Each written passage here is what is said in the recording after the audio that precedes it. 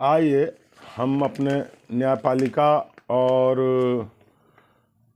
विधि एवं न्याय मंत्रालय भारत सरकार के मंत्री जी के बारे में भी थोड़ा बताते हैं आपको।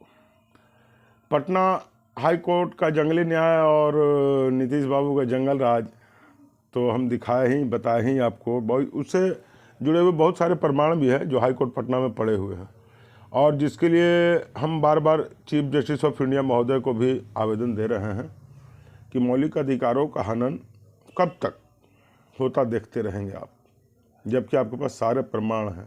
प्रमाण ही नहीं है बल्कि आपने तो 350 मेल स्वयं करवा के नालसा से और इस मामले में रिट याचिका दायर करवाया था। अब क्या ऐसी बात हो गई कि मौलिक अधिकारों से वंचित हैं हम, मेरा परिवार। अब इसी संदर्भ में जब एक पत्र लिखा गया था लॉ मिनिस्ट्री को कि भाई देखिए इस तरह से गलतियां की जा रही हैं कोर्ट्स के द्वारा, मेनली कोर्ट के बारे में ही बताया गया था, तो उन्होंने पब्लिक ग्रीवांस ऑफिसर मैंने ministry of law and justice के द्वारा 21 नवंबर 24 को चीफ सेक्रेटरी को भेजा गया गवर्नमेंट ऑफ बिहार को। उसमें लिखा गया regarding violation of fundamental rights of the entire family due to the mistake of Bihar government. अब भाई ministry of law and justice को जब ये पता चल गया कि due to mistake of Bihar government मेरे पूरे परिवार के फंडामेंटल राइट्स का हनन हुआ है, तो उनके द्वारा पत्र लिखा गया। लेकिन कैसा पत्र ये लिखते हैं विधि मंत्रालय के द्वारा कि इसका पत्र का कोई असर ही कहीं नहीं होता है। अब उदाहरण झारखंड के भी कोर्ट में मैंने देखा है और हाई कोर्ट में भी देखा है और यहाँ बिहार में भी देख रहा हूँ, इनके पत्र कोई असर नहीं हो रहा। 14/10 का पत्र है, 2 महीना हो गया और आज तक मौलिक अधिकारों के विषय में कोई चर्चा तक नहीं हो रही है बिहार गवर्नमेंट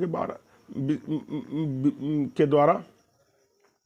क्या भारत सरकार का विधि एवं न्याय मंत्रालय ऐसे ही पत्र लिखता है, उसका कोई महत्व है कि नहीं है? मैं ये जानना चाहता हूँ प्रधानमंत्री महोदय से भी और गृह मंत्रालय से भी कि हमारे भारत सरकार का न्याय एवं विधि मंत्रालय के पत्रों का असर यदि नहीं होता है, अगर उस पर कार्रवाई नहीं की जाती है किसी भी गवर्नमेंट के द्वारा या इंडिविजुअल पर्सन के द्वारा, तो उस पर विधि एवं न्याय मंत्रालय क्या कार्रवाई करता है?